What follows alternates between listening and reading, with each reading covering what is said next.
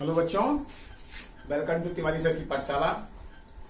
तो बच्चों 10th class mathematics में आज हम पढ़ने जा रहे हैं एक्सरसाइज 3.5 का इंट्रोडक्शन और इसके बाद सब एग्जाम्पल करेंगे। ये है algebraic solution of the two variables equation में क्रॉस मल्टीप्लीकेशन मेथड। ठीक है, ये क्या है? क्रॉस मल्टीप्लीकेशन मेथड है बेटा, ये है ना, cross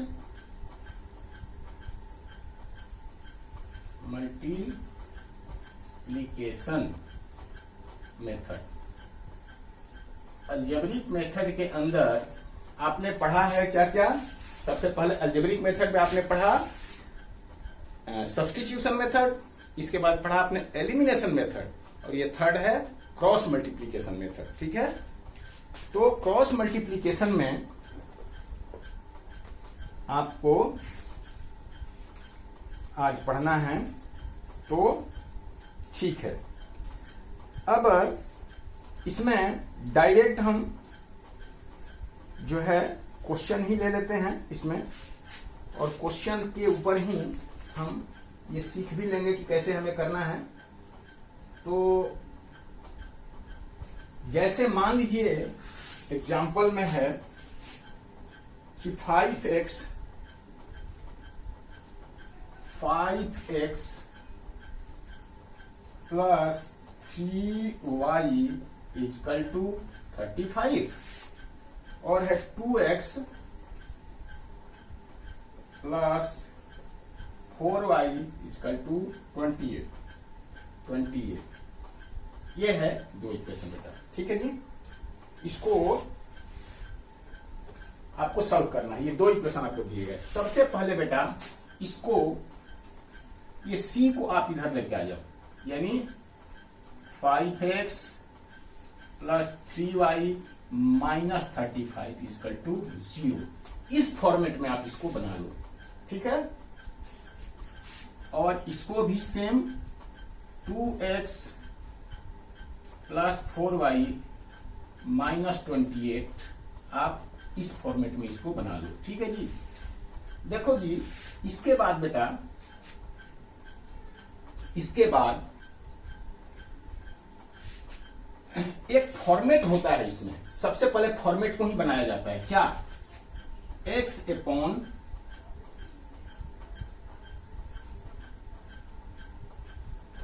is equal to y upon और इज इक्वल टू 1 अपॉन, ये फॉर्मेट है। ठीक है, x डिवीजन वाले पार्ट को छोड़ दीजिए, is equal to y division वाला पार्ट को छोड़ के इज इक्वल टू 1 डिवीजन वाला पार्ट को छोड़ दीजिए। ठीक है, ये फॉर्मेट है आपका, ये आपको बनाना ही बनाना है। ठीक है, अब क्या करेंगे हम इसमें कि देखो, जो ये इक्वेशन दिया है ना, इसके सिर्फ कोफिशिएंट को लिखो इनके साइन के साथ। तो देखो यहां लिख रहा हूं मैं 5, 3 और माइनस 35। गैप दे देके लिखो 5, 3 माइनस 35, 5, 3 माइनस 35। समझ गए? थोड़ी गैप ले लो और। ठीक है, 5 इसके बाद 3 इसके बाद माइनस 35। इनके साइन के साथ इनके कोफिशिएंट को लिखिए, दैट दे देते 5, 3 माइनस 35। और एक बार फिर रिपीट करो इसको 5, 3 और माइनस 35। ये बात समझ में आई? दूसरे इक्वेशन को भी ऐसे लिखिए, दूसरे में भी 2, 4 और माइनस 28। तो नीचे लिखिए 2, 4 माइनस 28 और एक बार फिर 2, 4 माइनस 28।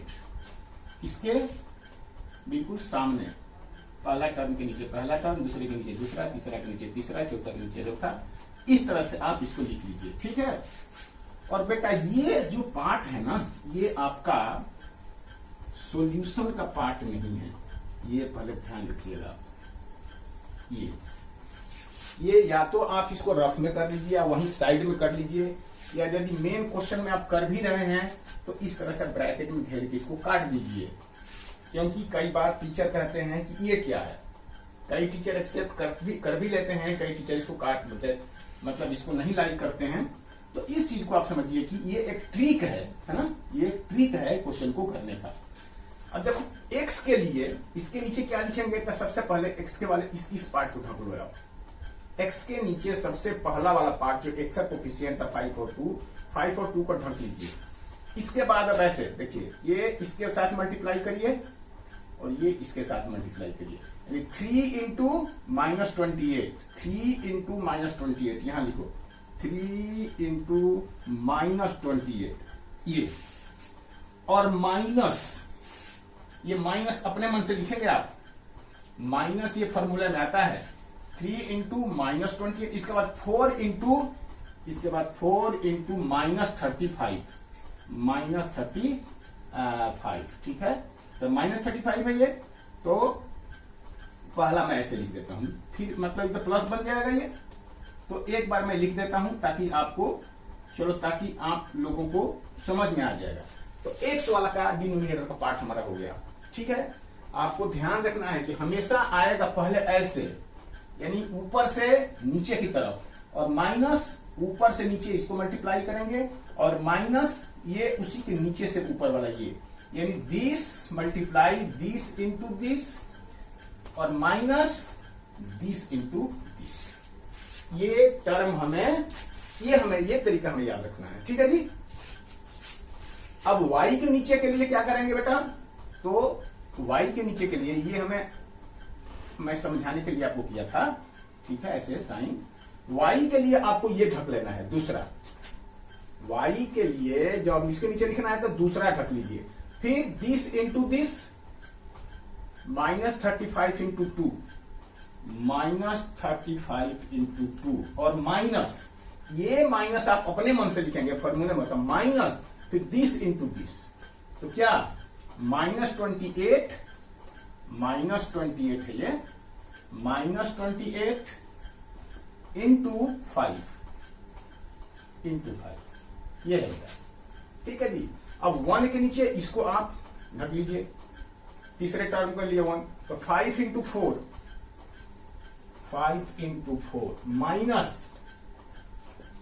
माइनस 2 इंटू 3, बस हो गया। यही जरूरत थी हमें, इतना ही, इसकी जरूरत इतना ही के लिए था ये। अब इसकी जरूरत हमें नहीं है। आप क्या करेंगे, पहले ये इक्वेशन यदि इक्वल टू के बाद c राइट साइड में लिखा है तो c को आप अंदर ले लो, और इक्वल टू 0 ये फॉर्म में बना लीजिए इस इक्वेशन को, ठीक है जी, दोनों इक्वेशन को। इसके बाद x, y और कांस्टेंट टर्म के जो कोफिशिएंट्स हैं इनको लिखिए यहाँ पे 5, 3, यहाँ क्या है 5, 3 और -35, 5, 3 और -35, और एक बार और 5, 3 और -35, गैप दे के लिखना है ये डिजिट्स को, ठीक है, इनके बीच में गैप दे के लिखना है। और इस तरह से 2, 4 और -28, 2, 4 और -28, 2, 4 और -28, ऐसे करके आपको लिख लेना है। x के नीचे क्या लिखेंगे, x के नीचे के लिए पहला वाला को आप छोड़ दीजिए, ठीक है जी। इसके बाद इसका हमेशा ऐसे ही आएगा, ऊपर से नीचे की तरफ, दिस इंटू दिस, यानी 3 into -28, 3 into -28, minus this into this, 4 into -35, 4 into -35। इसके बाद दूसरे टर्म में चलेंगे, y के नीचे क्या लिखेंगे, तो y के नीचे y वाला को ढक लेना है, सर्कल कर देना है। इसके बाद आएगा y के नीचे -35 into 2, -35 into 2, minus -28 into 5, -28 into 5। इसके बाद 1 के नीचे क्या लिखना है, थर्ड वाले को ढक लीजिए, 5 इंटू 4 और -2 इंटू 3। तो ये आपका काम बस। अब ये कई बार फॉर्मूले में भी A1, B1, C1, D1 ऐसे कुछ लिखते हैं, लेकिन वो कंफ्यूजिंग है, उसकी जरूरत नहीं है। बस ये फंडामेंटल चीजें से याद रखिए। लेकिन ये वाला जो चीज हमने ब्रैकेट में लिखा था आपको, ये आपके सॉल्यूशन का पार्ट नहीं है बेटा। तो ये चीज आप रफ में बना लीजिए या साइड में वहीं पे बना लीजिए जहां क्वेश्चन कर रहे हैं। या मान लीजिए यहां कर भी रहे हैं तो उसको लास्ट में राउंड अप कर दीजिए। ये आपका हो गया जी। अब इसको सॉल्यूशन कर लेना है इसको। चलिए इसको सॉल्व करिए। तो क्या लिखेंगे आपको, x अपॉन 28 दूनी 56 28 87 84 84। तो ये हो गया minus minus minus plus, minus minus plus plus 35 चौका कितना होगा 140, 5 चौका 20 13 ठीक है। ये हो गया is equal to y upon minus 70 और ये कितना हो जाएगा माइनस माइनस प्लस कितना होगा 28 5 8 5 40 और 5 10 4 14 140 और is equal to 1 upon 20 minus, चलो लिखो 20 माइनस 6, ठीक है जी। ये 20 माइनस 6। अगला स्टेप करिए। तो x अपॉन ये कितना बना बेटा, ये 140 में से 84 सब्ट्रैक्ट करिए। 140 माइनस 84 तो कितना होगा 140 माइनस 84, यही ना। हाँ, तो ये हो जाएगा 6, ये 13 8 5 13, बस ये होगा 56 हो गया। तो ये नीचे लिखेंगे आप 56, ठीक है जी। तो इसके बाद क्या लिखेंगे y अपॉन ये 140 माइनस 70 कितना 70 और इज इक्वल टू 1 बाई कितना 12 1 बाई 14, ठीक है। 20 माइनस 6 कितना होगा 14। तो ये बना आपका है जी। अब देखो ये इसके इक्वल है, ये इसके इक्वल है। तो ये कहने का मतलब ये है कि यहाँ पे ये दो इक्वेशन है बेटा। इसका मतलब ये है कि ये जो कांस्टेंट टर्म है वो y इसके इक्वल भी है और ये कांस्टेंट टर्म इसके इक्वल भी है, ठीक है। ये दिस इक्वल टू, देखो ये इसका मतलब है ना कि a equal to B equal to C को हम ये भी कह सकते हैं कि c a के इक्वल भी है और c b के इक्वल भी है, c b के इक्वल भी है। इसका मतलब ये है ना, ये इसके इक्वल भी है, ये इसके इक्वल भी है। तो इसी तरह से हम यहाँ तीनों टर्म ये और ये तीनों इक्वल है। तो x की वैल्यू निकालने के लिए 1/50, इसका मतलब ये है कि x/56 is equal to 1/14 and y/70 is equal to 1/14। ये हो गया। तो यहां से x की वैल्यू निकल जाएगी, यहां से y की वैल्यू निकल जाएगी। तो x इज इक्वल टू क्या हो जाएगा, this into this, x into 14 is equal to 56। तो x इज इक्वल टू क्या हो जाएगा 56/14, ठीक है जी। चलो एक स्टेप और लिख देते हैं।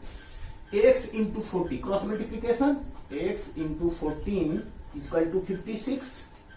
तो एंड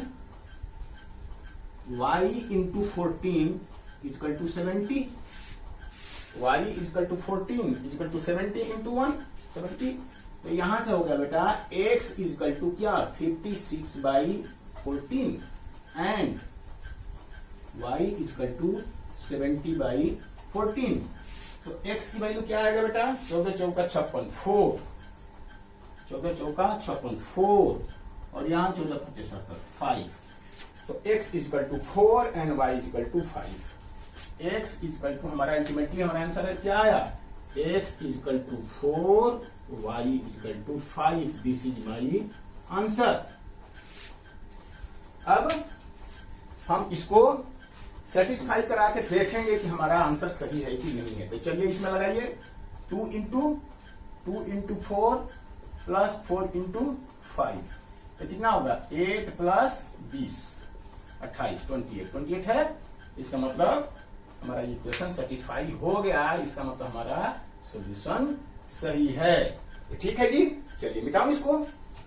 ओके, नोट डाउन करके आप आगे बढ़िए।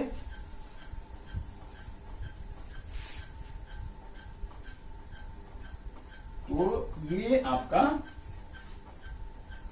एक तरह से कहिए कि कोई कोई एग्जाम्पल नहीं है, बस इन्होंने समझाया है, उसी एग्जाम्पल को हमने बुक का ले लिया। तो x इक्वल टू, चलिए हमारा वेरिफिकेशन भी हो गया। अब हम बेटा आते हैं सीधा सा किस पे आएंगे, एग्जाम्पल कौन सा है, एग्जाम्पल नंबर 14, 15 एंड 16। ये 3 एग्जाम्पल है बेटा।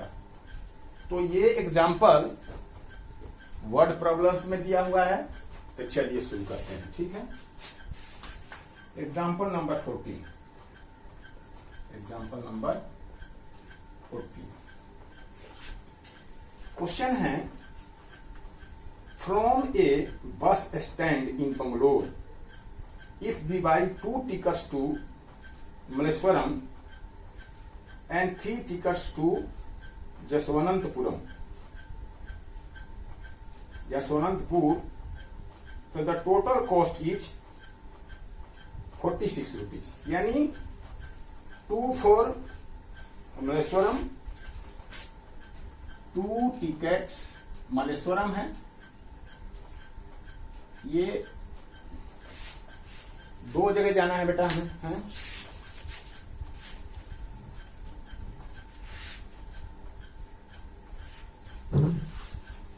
हमें 2 जगह जाना है। कहाँ जाना है, मल्लेश्वरम जाना है, मल्लेश्वरम, तो लिखता हूं यहां पर मल्लेश्वरम, मल्लेश्वरम जाना है, और कहा जाना है, यशवंतपुर, ठीक है। अब इसमें यदि गलत भी हो जाए तो बेटा आप ध्यान मत देना, क्योंकि दिस इज नॉट इम्पोर्टेंट। नाम जो है, तो यशवंतपुर के लिए कोई आदमी है, 2 टिकट टू मल्लेश्वरम, इसके लिए 2 टिकट ले रहा है, और 3 टिकट टू जसवंतपुर, यहां के लिए 3 टिकट ले रहा है कोई आदमी, ठीक है जी। और टोटल कॉस्ट कितना बैठ रहा है उसका, टोटल कॉस्ट बैठ रहा है उसका 2 ticket Malleshwaram, 3 ticket, total cost 46 rupees, cost is 46 rupees. तो ये टोटल कॉस्ट, ये है टोटल कॉस्ट रुपीज 46, ये है। जैसे जैसे क्वेश्चन कह रहा है वैसे वैसे मैं आगे बढ़ रहा हूं, ठीक है। इसके बाद कह रहा है, if we buy 2 tickets to Malleshwaram, अब ये कह रहा है कि we buy 3 tickets to Malleshwaram, यदि यहां के लिए वो 3 टिकट खरीदता है, 3 ticket to Malleshwaram and 5 ticket to Jaswantpur, और यहां के लिए 5 टिकट खरीदता है, तो उसका टोटल कॉस्ट कितना पड़ेगा, तो 74 रुपीज है उसका टोटल कॉस्ट, तो उसका 74 रुपीज है टोटल कॉस्ट। तो कह रहा है कि find the fare from the bus stand to Malleshwar and Jaswantpur. तो बेटा बताओ कि मल्लेश्वरम के लिए और जसवंतपुर के लिए ईच टिकट की प्राइस कितनी है। ये बहुत आसान क्वेश्चन है बेटा, वर्ड प्रॉब्लम है, बड़ा सा है, बट है कुछ भी नहीं इसमें। जैसे आपको पता है कि हम हर बार ऐसे टेबल बना देते हैं ताकि आपको समझाने में इजी होगा, इसलिए हमने टेबल बनाया है, बाकी कुछ भी नहीं है इसमें। तो मान लेते हैं कि मल्लेश्वरम के लिए टिकट का कॉस्ट है, let cost of ticket from bus stand to Malleshwaram वगैरह वगैरह जो बातें हैं वो आप खुद लिख लेना। ये अंडरस्टूड है, is ₹X and cost of ticket for Jaswantpur, cost of ticket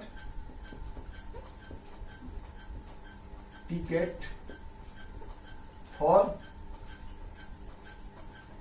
Jaswantpur is ₹Y। यही है ना जी, हमने इस टिकट का, यहां के लिए जो ईच टिकट है उसका X रुपीज, और यहां के लिए ईच टिकट है उसका Y रुपीज हमने मान लिया बेटा। तो बताओ यदि मल्लेश्वरम के लिए एक टिकट की कीमत X रुपया है, तो 2 टिकट की कीमत कितनी हो जाएगी, 2X रुपीज। यही बात है ना, एक टिकट की कीमत यदि 12 रुपया है तो 2 टिकट कितना होगा, 12 × 2। तो एक टिकट यदि X रुपए की है तो 2 टिकट कितने की हो जाएगी, 2 × X। तो यही चीज हमने लिखा। उसी तरह से यदि जसवंतपुर के लिए एक टिकट 3 रुपए की है तो सॉरी एक टिकट यदि वाई रुपीज की है तो 3 टिकट कितने की हो गए? 3 टिकट 3 वाई रुपीज की।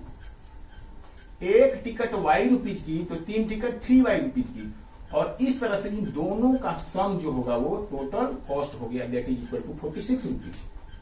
यही बात है। आप पहले भी इस तरह के इक्वेशन किया हुआ है, यहां भी आप एक्स और वाई सिमिलरली पुट करेंगे और this will be equal to 74 rupees. तो ये आपका इक्वेशन बन गया, ये आपका इक्वेशन बन गया। तो इसी चीज को आप लिखेंगे यहाँ पे, क्या लिखेंगे कि लेट, नहीं आपने लेट तो लगा दिया, late cost of each ticket this, तो सीधा अकॉर्डिंग टू क्वेश्चन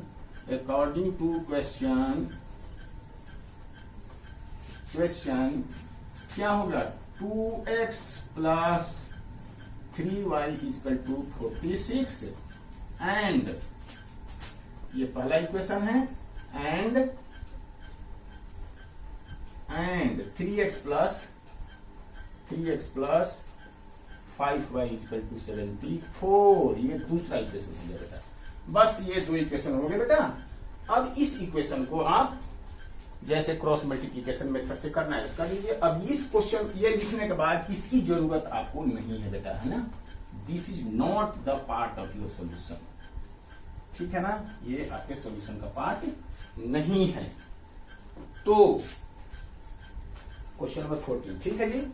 अब बेटा मैंने जैसे आपको बताया था कि ये c को आप इधर लेके आओ, c को इधर लेके आओ, तो क्या लिखोगे? आपके पास हो गया 2x plus 3y minus 46 equal to 0 and पहला इक्वेशन। और दूसरा इक्वेशन क्या बना? दूसरा है 3x plus 5y is minus 74 equal to 0। ये 2 इक्वेशन आपके बन गए।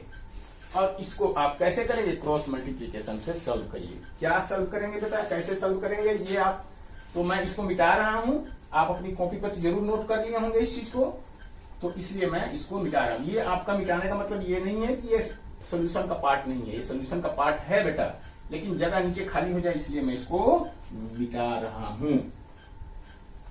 तो अब क्या करेंगे बेटा? ठीक है, एक क्वेश्चन को फिर देखिए, फिर वही सेम तरीका चलाएं। जो बेटा इनके कोफिशिएंट्स हैं ना उन्हीं को लिखो। 2 3 माइनस 46, जगह थोड़ा गैप दे देंगे। 2 3 माइनस 46, फिर 2 3 माइनस 46, इसी के बाद 3 5 माइनस 74, 3 5 माइनस 74, 3 5 माइनस 74। इनके नीचे ही लिखना, एग्जैक्टली इनके नीचे लिखना है ना। ये आपने लिख लिया और आप जानते हैं कि this is not the steps of your solution, ये आपके सॉल्यूशन का स्टेप्स नहीं है। तो इसको यदि आप लिख रहे हैं तो इसको ऐसे कर दीजिए और लास्ट में आप इसको चाहे ऐसे करके या ऐसे करके आप काट दीजिए या चाहे तो रफ में कर लीजिए इस चीज को, ठीक है। तो अब आप फॉर्मेट बनाइए। फॉर्मेट क्या? क्रॉस मल्टीप्लिकेशन मेथड में फॉर्मेट बनाना जरूरी है, क्योंकि बिना उसके होगा नहीं।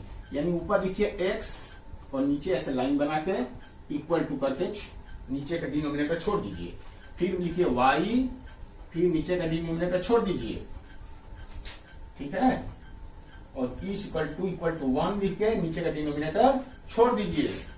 अब क्या x के नीचे क्या लिखेंगे बेटा? x के नीचे के लिए पहला वाला जो है ये 2, ये इसको आपको भूल जाना है, इसको ढक लो, ठीक है। और 3 इंटू ऐसे आना है आपको, है ना।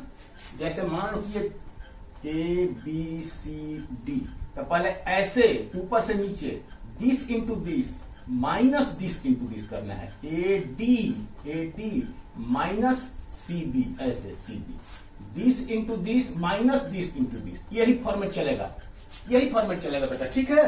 तो ये क्या था? CB है, ये B है, यानी this into this minus this into this, यानी ये माइनस आपके फॉर्मूले का माइनस है। इनका माइनस जो होगा वो इनका साइन में लिखेंगे हम यहाँ पे, ठीक है ना। तो अब चलिए शुरू करते हैं।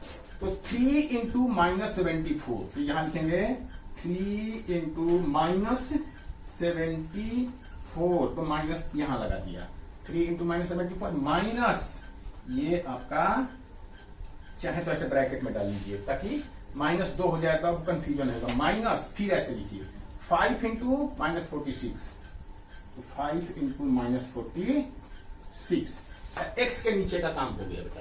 बस यदि ये वाला स्टेप आपने सही लिख दिया तो समझिए कि क्वेश्चन आधा हो गया आपका, यहां तक लिख देंगे तो क्वेश्चन आधा हो गया बेटा। इसके बाद स्टेप गलत भी यदि हो जाता है ना तो आधा मार्क्स मिल जाता है क्वेश्चन में, ये समझिए। बोर्ड के एग्जाम में, स्कूल के एग्जाम में नहीं कह रहा हूं, स्कूल के एग्जाम में टीचर मार्क्स नहीं देते हैं क्योंकि वो नहीं चाहते कि हमारे बच्चों की गलत चीजों के लिए उनका हौसला बढ़े, तो इसलिए स्कूल में तो जरूर काट देंगे, लेकिन बोर्ड में स्टेप वाइज मार्क्स मिलते हैं, मार्क्स मिल जाता है।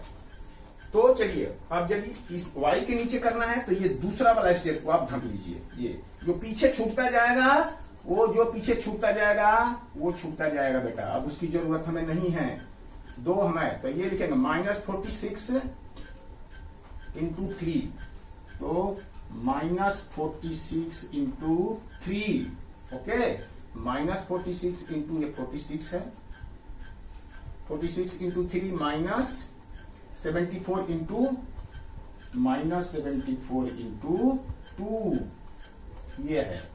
इसके बाद अब इसके नीचे के लिए अगला एक ढकते जाएंगे, पहले ये ढकेंगे, दूसरा ये, तीसरे के लिए ये ढक लेंगे, 2 into 5, 2 into 5 minus 2 into 5 minus 3 into -3, 3 into -3, ये क्या है 2 3, सॉरी ये कुछ नहीं है बेटा, ये 3 था ये ना, 3 5 2 3 -46 2 3, ये हाँ यहाँ सॉरी यहाँ कोई साइन नहीं है, तो इसके नीचे हम इसको ढक लिए, तो ये 2 इंटू 5 -3 इंटू 3 -3 इंटू 3 ऐसे लिखेंगे, ठीक है। साइन का आपको बहुत ही ध्यान रखना है क्योंकि साइन गलत हो गया तो गड़बड़ हो जाएगा। तो 2 3 -46 2 3 -46 2 3 -46 3 5 -74 3 5 -74 3 5 ठीक है जी। तो ये हमारा हो गया, अब इसको ढके 2 इंटू 5 और 3 इंटू 3, ठीक है जी। अब बेटा हमें इसकी जरूरत नहीं रही, हमें अब हमें इसकी जरूरत नहीं रही, तो अब बेटा हम इसको सॉल्व करेंगे, ठीक है। तो ये सॉल्व करने का आपको आता है, चलिए। तो x अपॉन क्या लिखेंगे इसका 74 इंटू 3 कितना होगा बताओ, 74 इंटू 3 4 12 17 23 22 माइनस 2 2 2, ठीक है। इसके बाद minus minus minus minus plus, ये कितना हो जाएगा 6 5 30 और 5 का 20 और 3 23, ये हो जाएगा। और इसके बाद y is equal to y upon क्या हो जाएगा, y अपॉन इसको मल्टीप्लाई करिए 6 18 और 4 12 1 13 माइनस, ठीक है जी। और ये माइनस माइनस प्लस, फिर कितना होगा 4 दूना 8 और 7 दूना 14, ठीक है बेटा। मैं हिंदी में पढ़ा हूं तो हमें टेबल हिंदी नहीं आती है, इंग्लिश में पढ़ूंगा तो गड़बड़ हो जाएगा। आपको इंग्लिश में आती है, आप लोगों ने इंग्लिश में पढ़ा होगा, तो आप अपना इंग्लिश नहीं करिए, ठीक है। हमारा नकल करने की जरूरत नहीं है। तो इस तरह से इज इक्वल टू 1/10 - 9, तो इस तरह से आगे बढ़ेंगे तो कितना हो जाएगा बताओ, x अपॉन, अब ये 230 222 तो कितना होगा 8 हो जाएगा बेटा, ये 8 है ना, ये 8 हो जाएगा।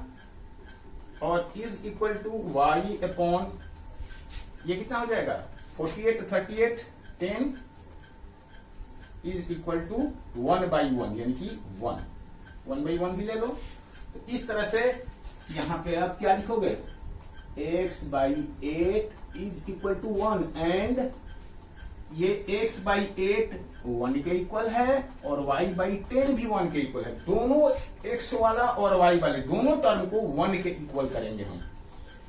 x वाला टर्म भी 1 के इक्वल लिखा जाएगा और ये y वाला टर्म भी 1 के इक्वल लिखा जाएगा और इस तरह से x और y की वैल्यू निकल जाएगी। तो x बाई 8 इक्वल टू 1 लिखा और y बाई 10 इक्वल टू 1 लिखूंगा, ठीक है, यानी y बाई 10 इक्वल टू 1। तो x की वैल्यू क्या निकली, x equal to 8 and y equal to 10।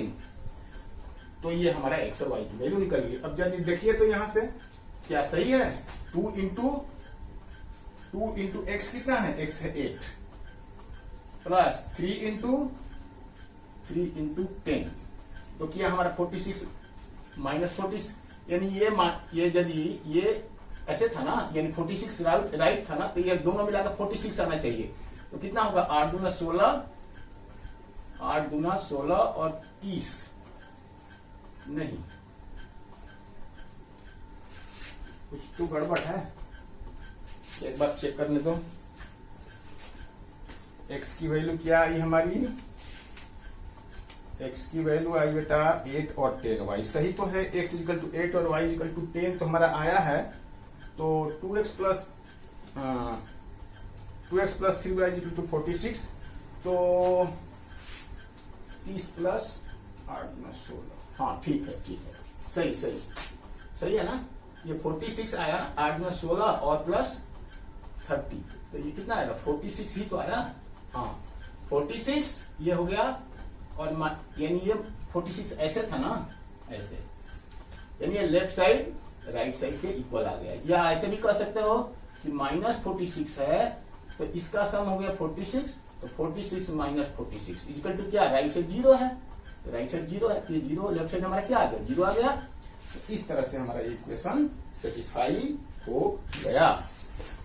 तो इस तरह से ये इक्वेशन हमारा, मतलब ये क्वेश्चन हमारा सॉल्व हुआ, ठीक है। तो चलिए जाता हूं मैं, इसको आगे बढ़ते हैं।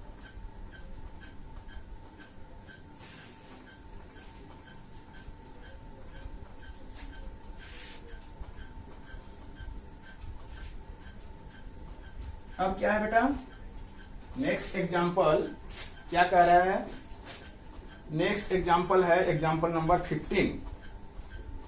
तो ना, for what value of p does the following, does the pair of equation given below is unique solution. ठीक है बेटा, अब ये क्वेश्चन कुछ दूसरे टाइप का है, ठीक है। देखो एग्जाम्पल 15 लिख रहा हूं मैं यहां पर, एग्जाम्पल नंबर 15 बेटा, है ना। एग्जाम्पल नंबर 15 में क्या कह रहा है क्वेश्चन, ये कि 4x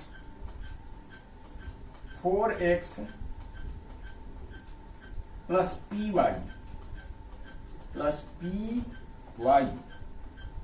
प्लस 8 इक्वल टू 0 और 2x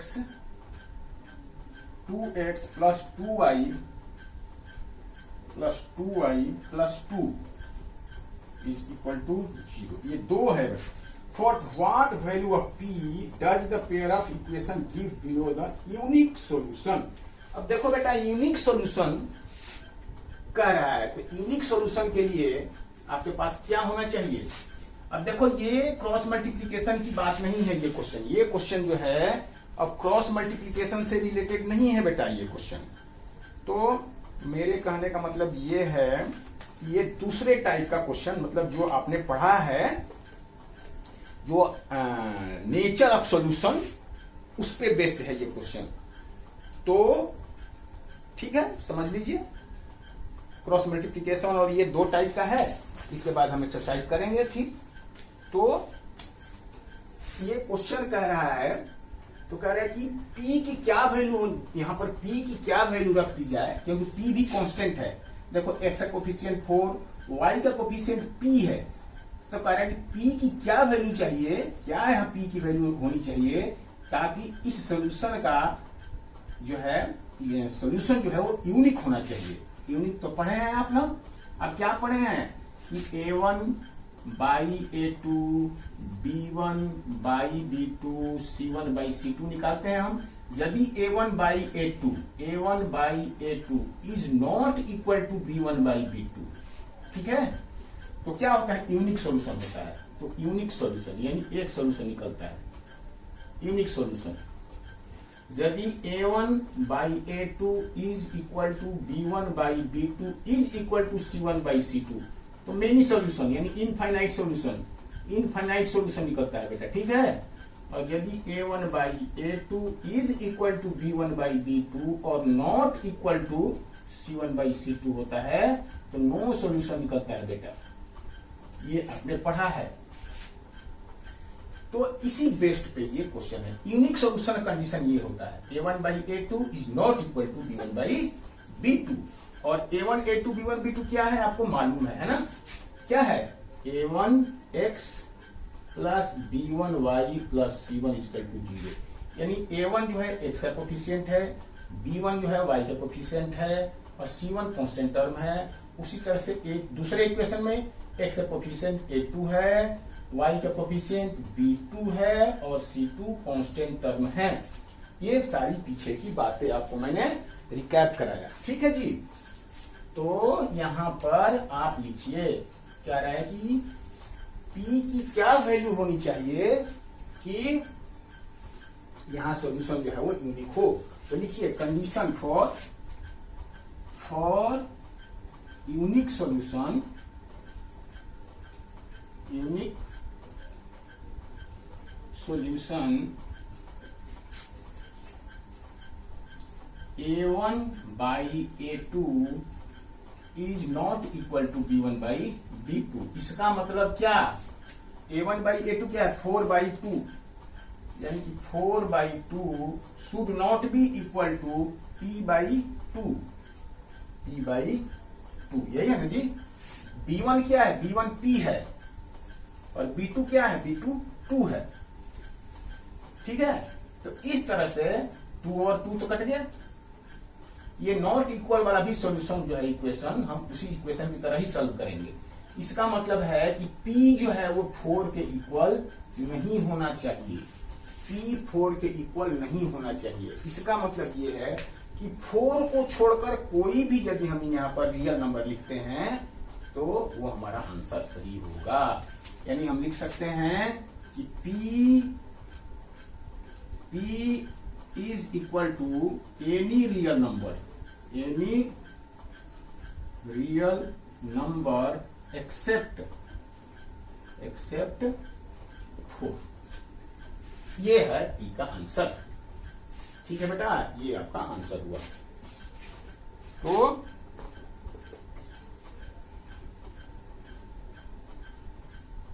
ठीक है। अब बेटा क्वेश्चन नंबर 16, क्वेश्चन नंबर 16, तो मैं इसको मिटाऊं, ओके। चलिए नेक्स्ट क्वेश्चन करते हैं हम।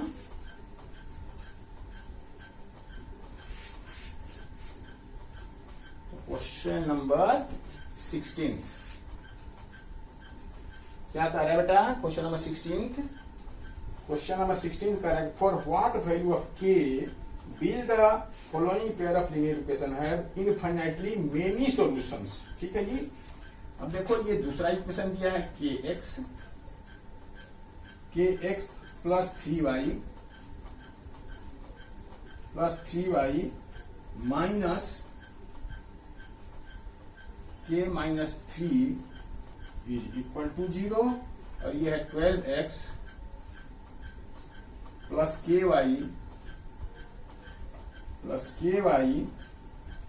Minus k is equal to 0। अब देखो ये x का कोफिशिएंट क्या है यहाँ पर k, y का कोफिशिएंट क्या है 3 और कांस्टेंट टर्म क्या है, कांस्टेंट टर्म c की जगह पे k माइनस 3, यानी c की जगह पर माइनस k माइनस 3। ये पूरा का पूरा c है ये, और इसमें पूरा का पूरा c क्या है, k है। ये x का कोफिशिएंट 12, y का कोफिशिएंट k और कांस्टेंट टर्म भी k है यहाँ पे। तो ये क्वेश्चन आपका हुआ इस तरह से।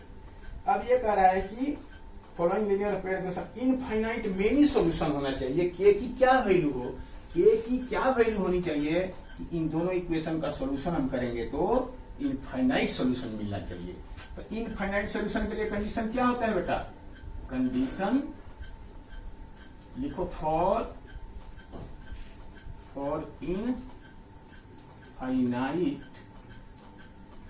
सॉल्यूशन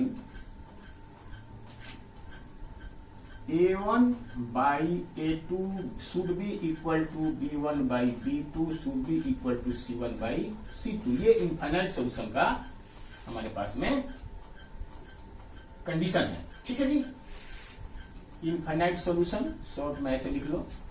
तो अब ये कंडीशन लगाइए, यहां पर क्या होगा A1 by A2 यानी K by 12 should be equal to B1 by B2 यानी कि 3 by K, यहां पर equal to minus K minus 3 upon minus K। ये हमारा कंडीशन है। तो दोनों में माइनस माइनस है तो ये क्या बन जाएगा, ये माइनस माइनस कैंसल हो जाएगा। तो ये है कंडीशन बेटा, ये आपका इक्वेशन बना। तो यहां से बेटा हमें K की वैल्यू निकालनी है। अब देखो, एक तो K यहां से भी निकलेगा, फिर K यहां से भी निकलेगा। देखो, और इसको ले लोगे तो भी K निकलेगा। तो K की वैल्यू जो है कहीं से भी आप निकालो, आपका सेम ही आना चाहिए। ये बात समझ में आई आपको? तो यदि आप यहां से इसको ले लो ऐसे, यानी इसको लिख सकते हैं K/12 इज इक्वल टू, चलो इस चीज को हम इसके इक्वल करते हैं, इसको यहां से कर लें तो, या K equal to 3 by K करेंगे, इससे भी निकलेगा K/12 इक्वल टू ये, या और लिख सकते हैं 3 by K should be equal to K minus 3 upon K, या लिख सकते हैं 20 और 20 भी इक्वल होगा, यानी कि K/12 will be equal to K minus 3 upon K। यानी किसी भी इक्वेशन से K की वैल्यू आप निकालोगे तो आपका निकलना चाहिए हर हाल में। ठीक है जी, ये और ये। तो देखो यहां पर ये इसके इक्वल किया, फिर इसको इसके इक्वल किया, और फिर इसके भी इक्वल किया। ठीक है, K/12 20/12 हुए 3 by K। ठीक है, ये इक्वल हो गया, फिर 3 by K ये, फिर ये और ये। ठीक है जी, अब यहां से क्या होगा, देखो K square equal to 36, K square equal to 36। तो K इक्वल टू क्या होगा, plus minus √36, K equal to plus minus 6। यहां से K की वैल्यू ये निकला। चलिए यहां से देखते हैं क्या निकलता है। 3K equal to K into K minus 3, ये है, यानी 3K equal to K square minus 3K। ठीक है जी, तो ये 3K इधर आ जाएगा तो कितना हो जाएगा 6K। 3K ये 3K इधर आएगा तो 3K 6K equal to K square, यानी K square minus 6K equal to 0। ठीक है जी, और यहाँ K हम कॉमन ले सकते हैं, तो K कॉमन लेंगे तो K minus 6 equal to 0, K minus 6 equal to 0। तो यहाँ पर या तो K इक्वल टू 0 होगा या K इक्वल टू 6 होगा यहाँ पे ये। और देखो एक K इक्वल टू या तो 0 या K माइनस 6 इक्वल टू 0। जब दो फैक्टर होते हैं A into B equal to 0 लिखा हुआ है, तो या तो A इक्वल टू 0 होगा या B इक्वल टू 0 होगा। ठीक है, या दोनों भी 0 हो सकता है। तो इस तरह से हमने K इंटू K माइनस 6 दो फैक्टर हैं, तो या तो K इक्वल टू 0 होगा या K माइनस 6 इक्वल टू 0 होगा। तो K इक्वल टू 0 तो 0, अब K माइनस 6 इक्वल टू 0 होगा तो K इक्वल टू 6 हो जाएगा। तो यहाँ K की हमें ये दो वैल्यू मिली। फिर यहां देखते हैं कि क्या होगा। अब देखो के स्क्वायर इजकल टू क्या 12 इंटू के स्क्वायर इजकल टू 12 इंटू के माइनस 3 तो के square is equal to 12k minus 36, तो ये बन जाएगा K square minus 12k plus 36 equal to 0। ठीक है बेटा। तो अब यहां पे अब आपको मिडिल टर्म में स्प्लिट करके इसकी वैल्यू आपको निकालनी पड़ेगी। ठीक है, या इसको ऐसे समझ लो कि इसको हम ऐसे लिख सकते हैं के स्क्वायर माइनस 2ab यानी कि b 2a ऐसे 2k square minus 2ab plus 6 का स्क्वायर इक्वल टू 0। तो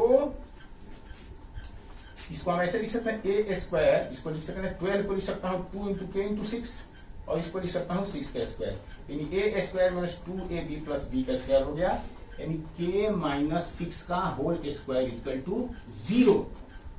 तो यहां पर के की वैल्यू क्या आएगी, अब स्क्वायर हट जाएगा तो के माइनस 6 इक्वल टू 0, तो के equal to 6, k equal to 6। अब देखो हमें वैल्यू अलग अलग आ रही है यहाँ पे बेटा, है ना, वैल्यू हमारी अलग अलग आ रही है। तो यहाँ के की वैल्यू बस प्लस 6 और माइनस 6 आ रही है, या यहाँ के की वैल्यू 0 और 6 आ रही है, यहाँ के की वैल्यू सिर्फ 6 आ रही है।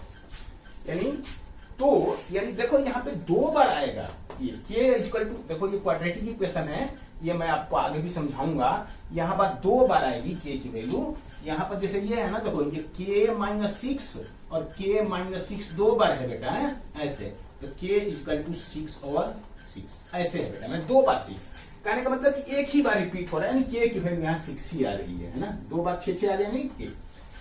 अब यहाँ पे चूंकि इक्वल नहीं आ रही है तो हमारे पास डाउट ये आ गया कि अब हम क्या लिखें, तो जो सब में कॉमन होगा वही के की वैल्यू होगी बेटा। देखो 6 यहां भी है, 6 यहां भी है और 6 यहां भी है, माइनस 6 यहां तो है लेकिन यहां माइनस नहीं है, यहां भी माइनस नहीं है, 0 यहां तो है लेकिन यहां 0, सब में कॉमन 6 है, तो के equal to 6, k equal to 6 is common value, so k equal to 6 यही हमारा आंसर होगा बेटा। ठीक है, तो इस तरह से ये आपका इक्वेशन सॉल्व हो गया। ठीक है बेटा, तो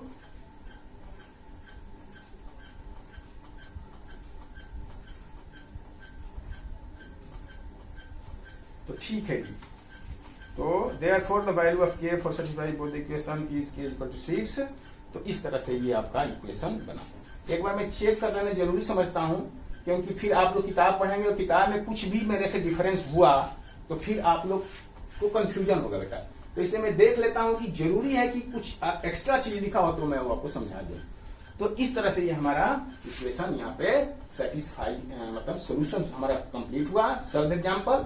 अगले वीडियो में बेटा हम अब इसके एक्सरसाइज के साथ मिलते हैं, तब तक के लिए all the best, God bless you बेटा, be happy, enjoy the life. और एक चीज मत भूलिएगा आप लोग, क्या, share, like and subscribe my video बेटा। Thank you, all the best बेटा।